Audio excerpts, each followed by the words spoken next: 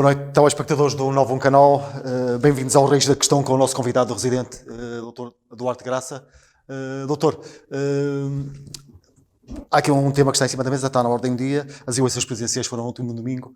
Estamos a gravar uma terça-feira, mas obviamente que este é um tema que tem ocupado os vários atores e agentes políticos e também tem preenchido o espaço mediático. Impõe-se uma questão que é de saber que leitura é que faz dos resultados presidenciais. Ora, antes de mais, boa noite a toda a gente. Sim, exatamente, estamos agora uns dias após dos resultados das eleições.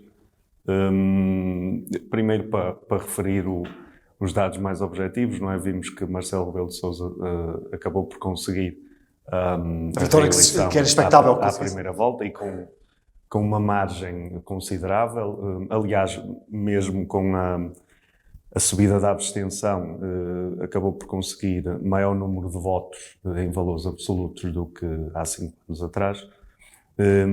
E o segundo dado que se retira é que se vê que, efetivamente, aliás, no fundo, os resultados não ficaram muito longe daquilo que era a expectativa que as sondagens davam.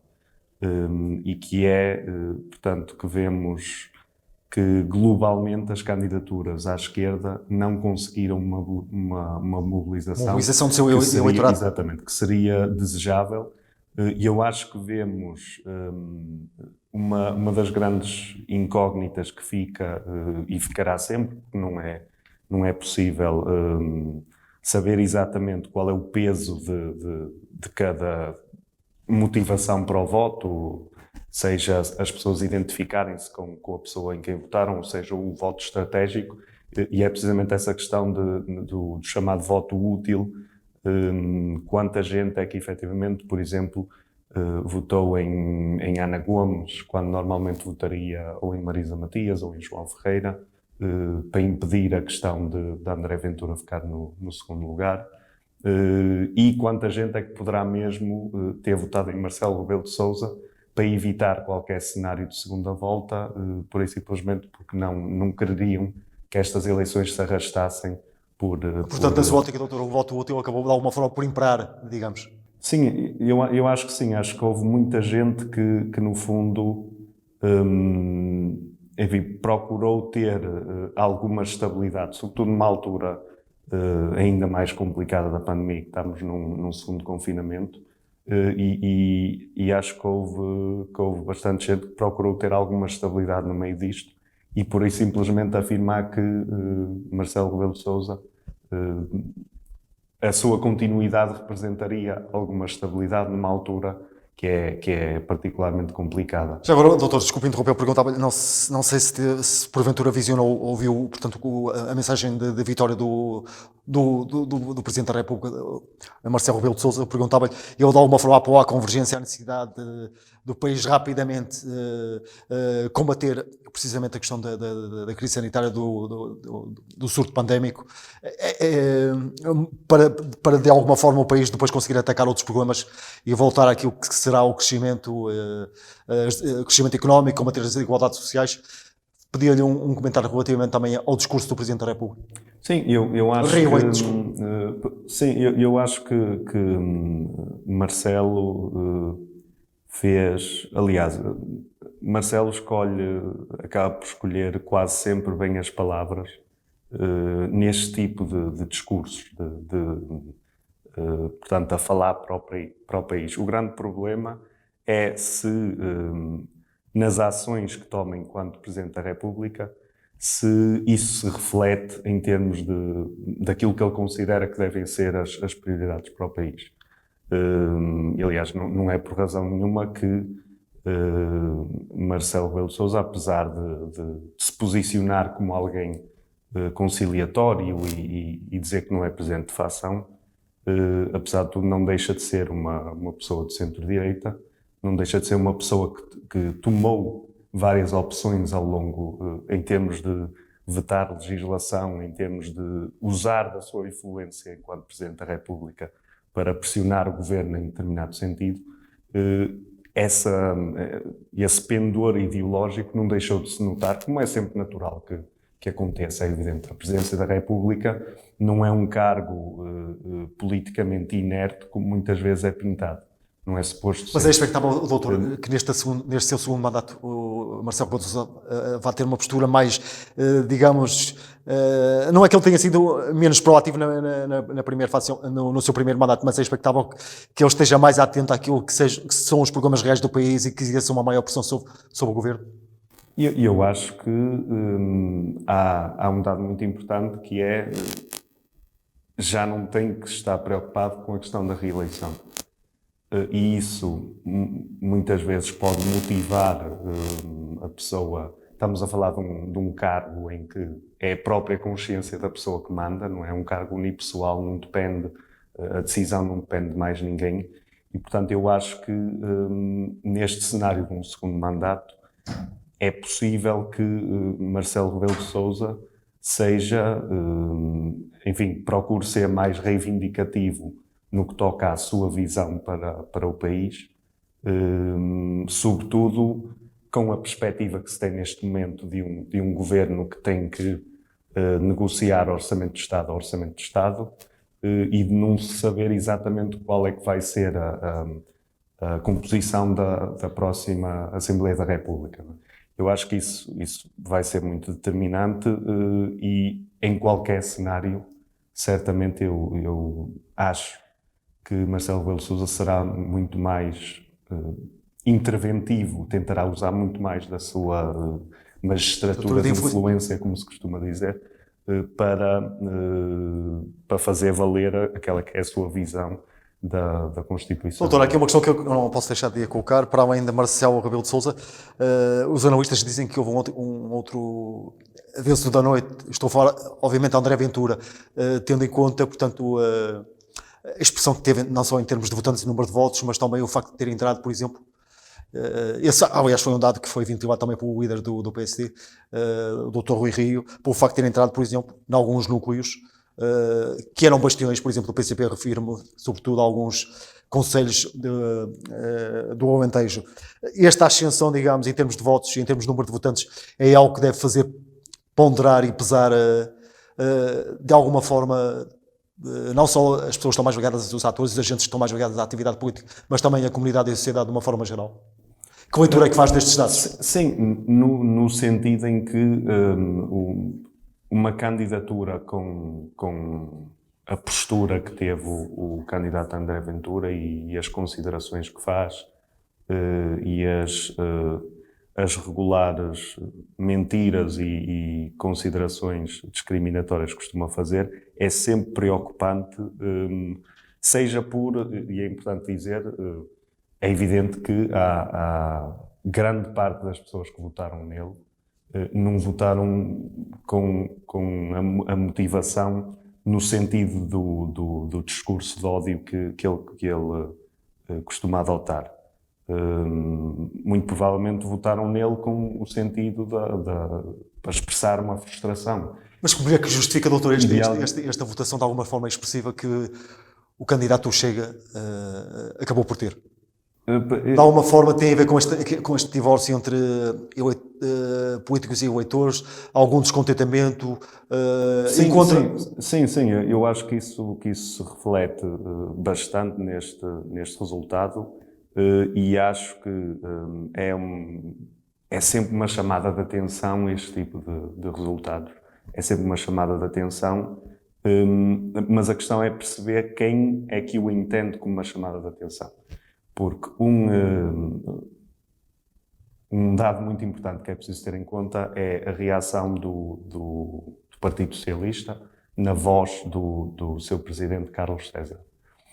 E nós vimos, da parte de Carlos César, um discurso que parece estar completamente fora da realidade.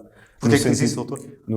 No sentido em que o Partido Socialista, enfim, retirou-se desta eleição. Não apresentou o candidato, é isso? Não apresentou o candidato, decidiu não apoiar nenhuma das pessoas que se estava a candidatar. Mas Carlos César diz precisamente que o PS é um dos vencedores da noite. Pois, exatamente. E diz e reclama a vitória de Marcelo para si próprio. E, aliás, ele disse, reclama o primeiro e o segundo lugar. A Ana Gomes ficou em segundo lugar, não é? sendo ela militante socialista, apesar de não ter sido apoiada pelo PS, e disse que o PS conseguiu o primeiro e o segundo lugar numa manifestação que eu acho que, primeiro, indica o que já era evidente, que é grande parte do aparelho socialista, ao nível da liderança, estava com Marcelo Rebelo de Sousa. Enfim, começou desde o primeiro-ministro António Costa o ano passado, na fábrica da Auto Europa, ter feito aquele pré-lançamento da candidatura Aquele anúncio, de Marcelo. não é? Aquele anúncio. Exatamente.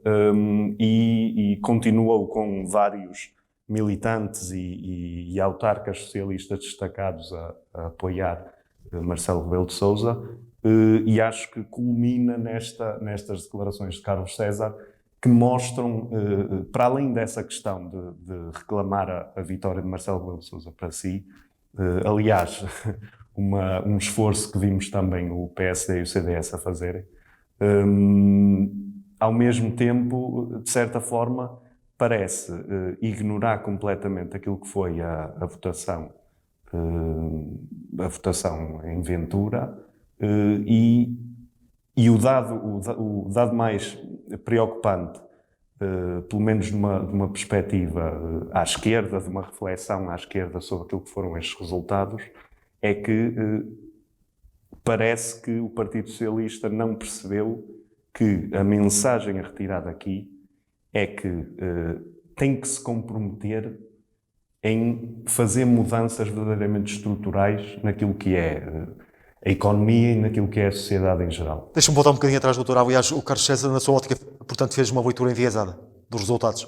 Sim, eu acho que sim, e reflete, aliás, Carlos César tem sido das pessoas do Partido Socialista que, até porque é uma das figuras mais à direita no PS, que mais tem procurado fazer quer dizer, colocar toda a responsabilidade de qualquer instabilidade política que possa haver nos partidos à esquerda do Partido Socialista, designadamente o Bloco, pela posição que tomou no último Orçamento do Estado. E, portanto, com este discurso, eu acho que cimenta ainda mais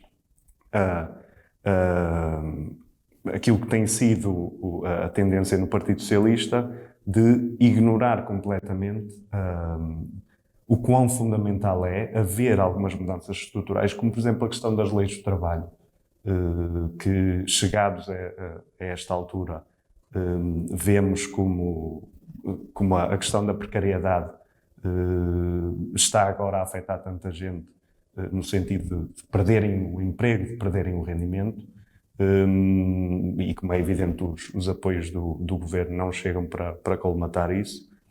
E, portanto, esse tipo de mudanças fundamentais, o Partido Socialista, eu fico convencido que continuará, pelo menos durante bastante tempo, a ignorar que é preciso mudar isso, não só para, no fundo, acalmar aquilo que foi a frustração expressada por bastantes eleitores ao votarem André Ventura, mas, sobretudo, pelo princípio de querer resolver os problemas estruturalmente e não apenas fazer um remendo aqui e ali, que infelizmente tem sido E, doutor, e parece que o o presidente do PSD, de alguma forma, tentou também com estes resultados eleitorais capitalizar portanto, tirar, digamos, permita-me a expressão, tirar partido destes resultados eleitorais. Sim, aliás, ele diz inclusive que o PS perde as eleições porque de alguma forma não apresentou, se demitiu e não apresentou um candidato. Pois, exatamente. Não, eu acho que se vê precisamente aquilo que é entre PS, PSD e CDS a tentarem tirar aqui um pedaço dos louros pela vitória de Marcelo Rebelo de Sousa. Eu acho que se vê acho que se vê bem o que é a lógica de poder quando alguma força política age em função de atingir o poder pelo poder e não em função de princípios ou valores que norteiem a sua ação e a sua ideologia política. Doutor, deixa-me só introduzir este dado que parece-me, uma vez que estamos a falar na leitura dos resultados da noite eleitoral, das presidenciais, a Ana Gomes, a candidata independente, tem aqui, aliás, faz uma crítica, já no seu discurso final, faz uma crítica que me parece bastante dura, contundente, em que culpa o primeiro-ministro António Costa, de alguma forma, pela deserção, portanto, do PS, portanto, ao não apoiar a sua candidatura, portanto, rever-se de alguma maneira, compreende esta observação que ela faz já no seu discurso final. Sim, eu compreendo à luz daquilo que foi. Portanto, a Ana Gomes passou parte da campanha eleitoral e desde que anunciou a sua candidatura a lamentar o facto do Partido Socialista não estar presente nestas eleições e, em particular, o facto de não a apoiar a ela, sendo ela uma destacada militante do Partido Socialista. Claro que, como eu referi na semana passada, isso é uma contradição com a imagem de independência em relação ao próprio PS que a Ana Gomes tentou pintar nesta campanha, precisamente porque quer dizer, acabou por se dividir em considerar que precisava do eleitorado do PS para eventualmente disputar uma segunda volta, mas ao mesmo tempo saber que uma candidatura vencedora nestas eleições não poderia depender só do eleitorado do Partido Socialista e, portanto, de certa forma, queria apelar a uma parte do eleitorado que não vota no PS, que tem, sobretudo, em mente a questão da corrupção, de combater a influências indevidas em política, que faz muito parte do discurso de Ana Gomes. E António Costa acaba, doutor, por passar de alguma maneira, era uma questão que eu queria colocar, pelos pingos da chuva, permita-me a expressão, ao garantir o seu apoio ao atual presidente reeleito e ao não querer arriscar apresentar um candidato que poderia, de alguma forma, não ter, digamos, a mesma visibilidade que o atual presidente. Sim, eu acho que acaba por passar, mas lá está, é fruto de uma visão estratégica e não de uma visão de princípio, que eu acho que devia ser sempre o critério para a ação de qualquer força política. E o que me preocupa é precisamente, aliás, estas já são a segunda eleição seguida em que o Partido Socialista não se posiciona.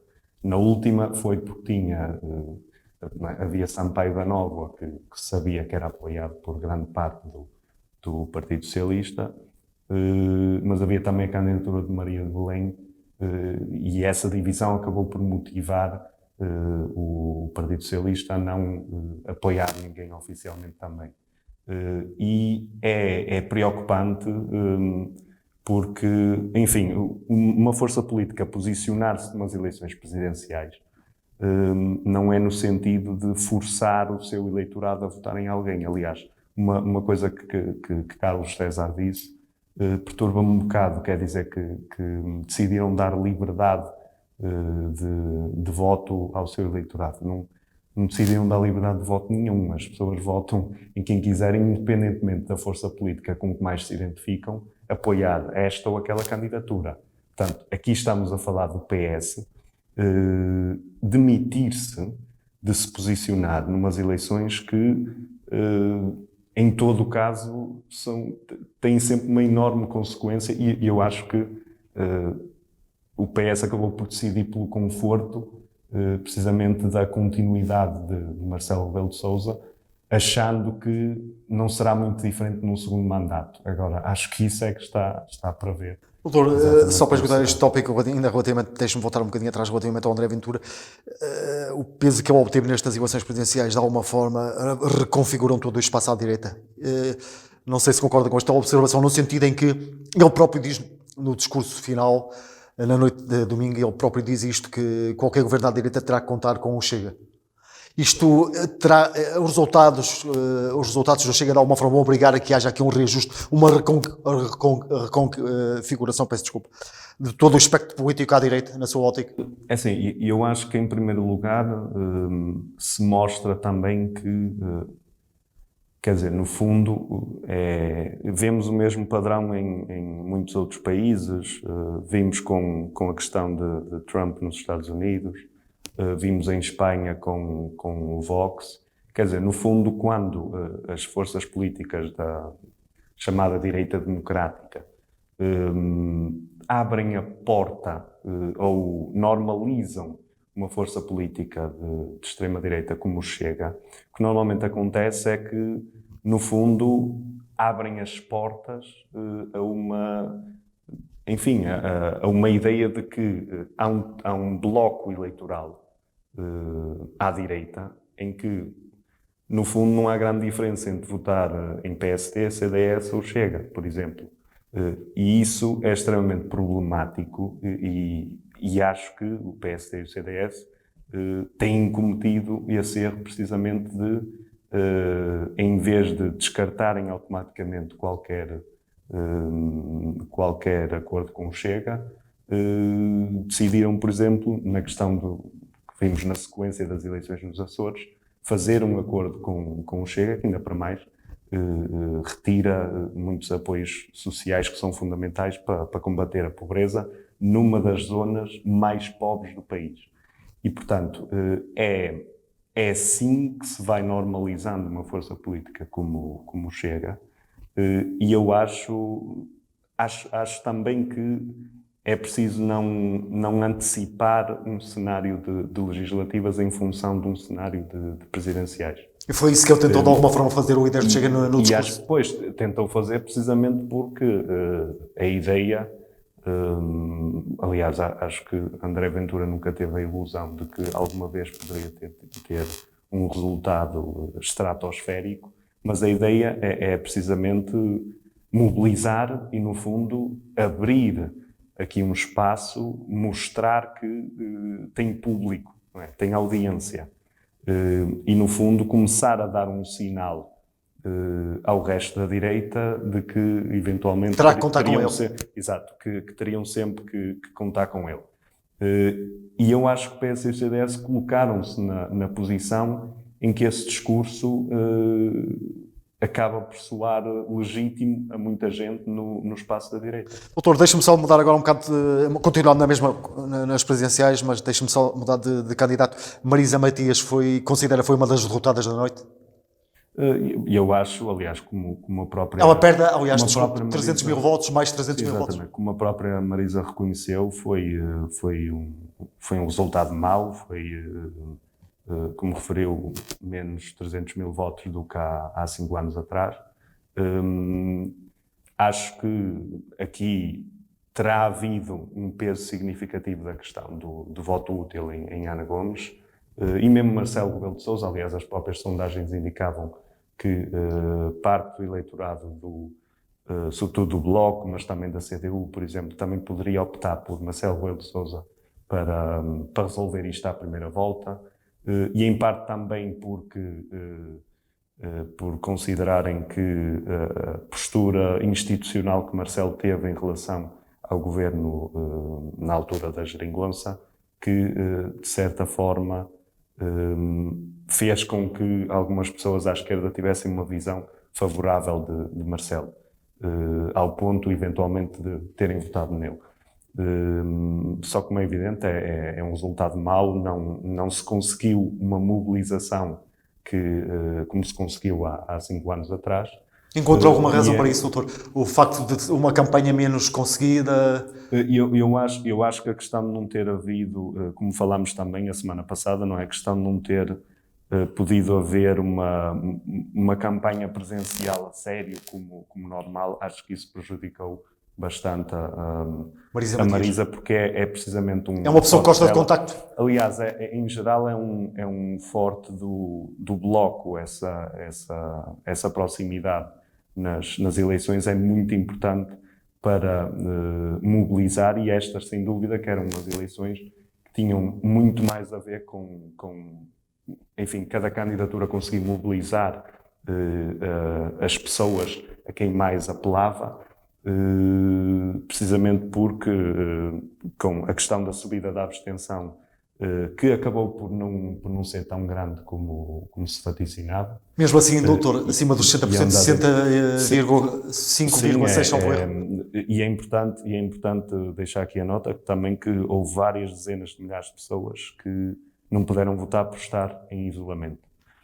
E isso acho que mostra também, no fundo, também prova aquele ponto, para além da questão de imigrantes, pessoas que estão a viver lá Se viram fora, impedidos de exercer o seu direito de voto. Ora, porque tinham que se deslocar, quer dizer, em alguns casos, centenas de quilómetros, numa altura em que isso é praticamente impossível, não é? Mas, doutor, portanto, o Bloco sai fragilizado deste resultado? Não houve.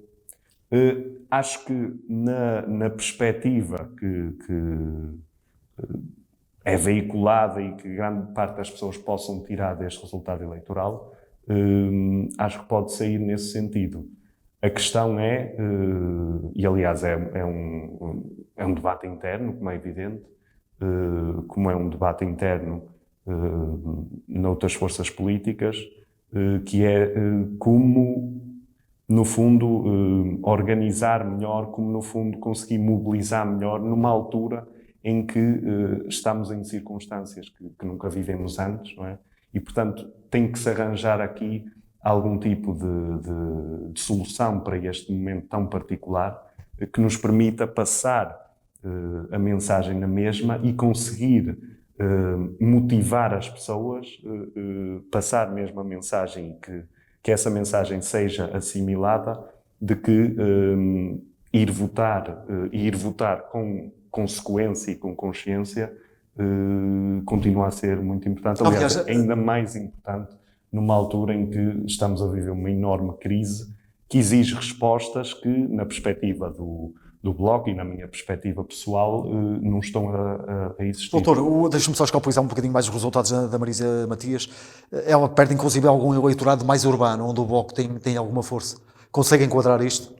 E eu acho precisamente que é nesse eleitorado que existe mais a lógica de voto útil. Portanto, não me surpreende que exista... aliás, vemos aqui quase um nivelamento, no fundo, e eu estive a ver um bocadinho dos resultados um pouco por todo o país, e efetivamente reparei que em muitos dos sítios onde os resultados tinham sido maiores, a queda foi maior, e em muitos dos sítios onde o resultado há 5 anos atrás tinha sido inferior, mais modesto, a queda foi menor e, portanto, houve aqui quase um efeito de nivelamento e a Marisa acabou por ter um resultado mais ou menos homogéneo, um pouco por todo o país, sempre com algumas diferenças, naturalmente, mas eu acho que isso mostra precisamente o efeito do voto útil, porque no fundo é uma lógica que, aliás, até vimos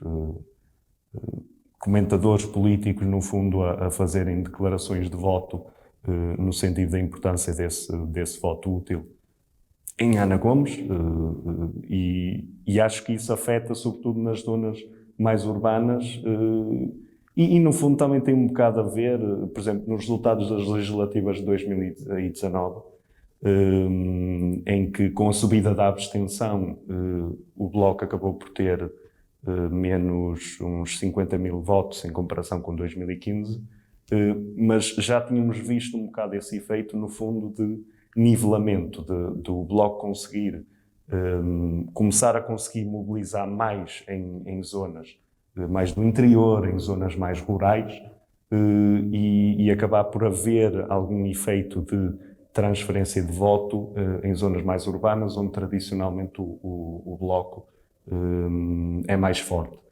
E eu acho que esse nivelamento, enfim, um mau resultado é sempre um mau resultado, mas acho que mostra que está a haver alguma capacidade de, no fundo, chegar a sítios e mobilizar em sítios onde a mensagem do Bloco era mais difícil de passar. E eu acho que, nesse sentido, é um dado positivo e acho que é a partir daí que se constrói a tal noção de adaptação numa altura difícil, não é, para se conseguir mobilizar as pessoas, sobretudo quando temos eleições autárquicas, não é, mais para o fim do ano, que são sempre eleições mais difíceis para o Bloco, mas em que no fundo também pode ser uma oportunidade para... Era isso que eu lhe ia perguntar, doutor. Eu sei que estamos a falar de escrutínios completamente diferentes, claro. Mas considera que estes resultados de alguma forma poderão fragilizar a estratégia do Bloco para... E eu acho que não, particularmente em relação a autárquicas, que é um cenário muito específico. Não é? Há sempre alguma ligação, como é evidente a nível nacional, há sempre pessoas que usam de um voto ideológico, que em geral é o que eu acho que faz sentido, mas há muito voto que é precisamente ou em função da pessoa ou em função de circunstâncias muito específicas em cada município, em cada freguesia. Que são muitas vezes até E eu locais e acho- regionais, não é? Sim, exatamente.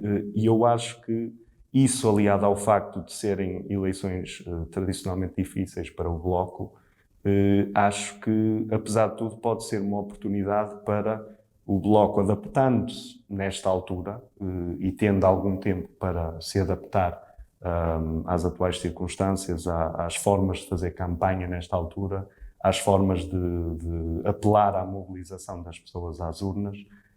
Acho que há tempo para adotar uma estratégia consistente que possa até, de certa forma, surpreender num resultado de autárquicas.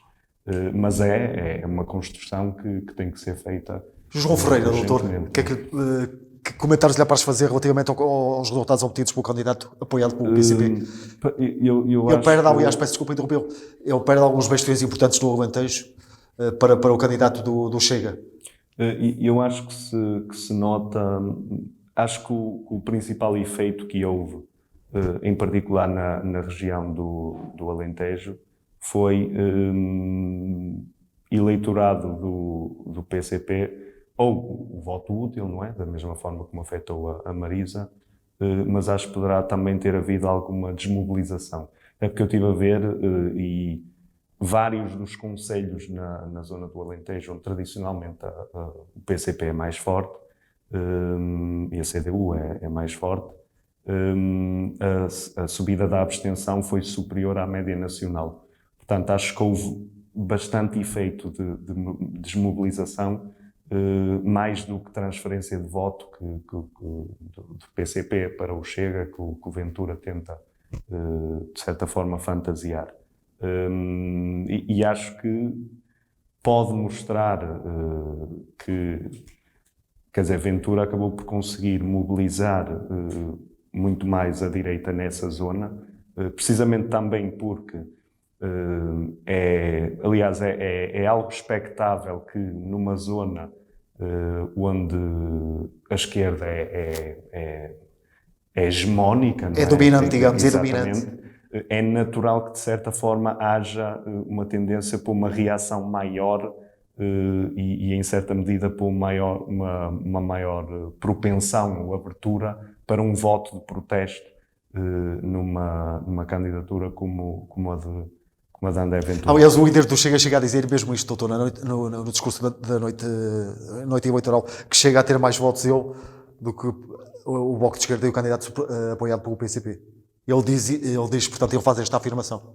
Sim, e faz, quer dizer, aquilo que ele tenta, a forma como ele tenta mobilizar é precisamente essa reação contra.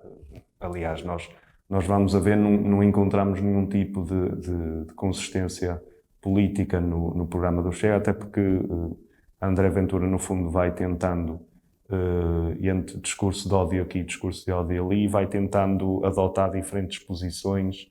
Por exemplo, a questão do Serviço Nacional de Saúde está plasmado no programa do Chega, que quer acabar com o Serviço Nacional de Saúde, e, no entanto, ao longo desta campanha, andou a dizer que o Chega quer reforçar o Serviço Nacional de Saúde. Portanto, a coerência não existe, e aquilo que interessa mesmo a Ventura mobilizar é o ser contra aquilo que ele diz que é extrema-esquerda, e, portanto, nesse sentido, é natural que tenha tentado, não é, fazer valer esse dado de que teve mais votos do que Marisa e João Ferreira juntos. Doutor, mesmo... Agora, sim, só para terminar, o que eu acho que é verdadeiramente importante perceber aqui é que a esquerda efetivamente falhou em mobilizar, mas como é evidente... Isso é fragmentada, na sua opinião, doutor? A esquerda com os resultados? Eu acho que o problema não é questão da fragmentação. Aliás, acho que uma das coisas que me perturbou nestas eleições foi precisamente a conversa de voto útil, a conversa de que deveria ter havido uma candidatura única. Porque isso não ajuda. Eu acho que dizer isso, enfim, sobretudo a meio de uma campanha, só contribui para desmobilizar. Porque, de certa forma, é pintar a imagem de que, neste caso concreto, que estas 3 candidaturas praticamente não se distinguiam o suficiente para se justificar que existissem as 3. Quando, na verdade, distinguiam. Agora, é uma questão da análise que cada pessoa faz e precisamente por isso é que eu falava sobre a questão dos debates, quando falamos sobre os debates, não é? Precisamente por achar tão fundamental fazer essa diferenciação, é que eu referi que acho que os debates se deviam ter focado logo em aspectos específicos de distinção entre essas candidaturas, em vez de se chegar aos debates e a pessoa que o está a moderar perguntar o que é que a distingue ou o que é que a distingue daquele candidato ou daquela candidata. Acho que isso não ajuda em nada em fazer essa distinção. Às vezes são pormenores que são, no fundo, por maiores, não é? E que têm que ser realçados para as pessoas perceberem onde estão as diferenças efetivamente. Doutor, muito rapidamente, apenas um pequeno comentário relativamente à prestação de Vitorino Silva. Ele consegue, de alguma forma, fica em segundo, eu não conselho Penafiel, o conselho onde é natural, mas no distrito consegue, se a memória não me falha, ele consegue obter um quarto. No Distrito do Porto consegue obter um 4º lugar, à frente até de alguns candidatos com representação parlamentar. Que leitura é que faz destes resultados? É assim, há 5 anos atrás já tínhamos visto o Tina conseguir, globalmente no Distrito do Porto, acho que em 2016 conseguiu 5,2% ou 5,3%. Agora desceu algumas décimas e ficou com 4, tal. Só que vimos, e isto por acaso era algo que esperava, e acabou por ser das poucas coisas em que a leitura que eu fazia antes das eleições acertou, que foi Tino não conseguiu mobilizar como há 5 anos atrás também. Isso viu-se particularmente em Penafiel, onde tem quase, se bem me recordo daquilo que estive a ver, tem quase metade dos votos dos que conseguiu há 5 anos atrás. Inclusive perdeu na sua própria freguesia, quando há 5 anos teve... A freguesia de Rancho. Exatamente, teve cerca de 60% dos votos. Portanto, acho que isto em certa medida também mostra, até porque o Tino acabou por ter mais visibilidade nestas eleições, até com a questão dos debates e a questão de, em geral, a própria comunicação social fazer um esforço para ser mais inclusiva em relação à candidatura dele. E, portanto, de certa forma era uma oportunidade para conseguir ainda mais votos do que há 5 anos atrás, mas acho que acabou por sofrer do mesmo efeito de voto útil, em particular em Marcelo Rebelo de Sousa, e isso refletiu-se em ter menos votos do que há 5 anos atrás. Doutor, tínhamos aqui mais 2 temas para abordar. Eu peço a sua compreensão e ia lhe pedir para os transferirmos para a próxima semana. Exatamente. Vou ter que me despedir, agradeço-lhe mais uma vez os seus comentários sempre oportunos. Muito obrigado. Agradeço aos nossos telespectadores, aos telespectadores do Novo Canal, e reitero que podem aceder a estes conteúdos nas nossas plataformas online. Muito obrigado e boa noite.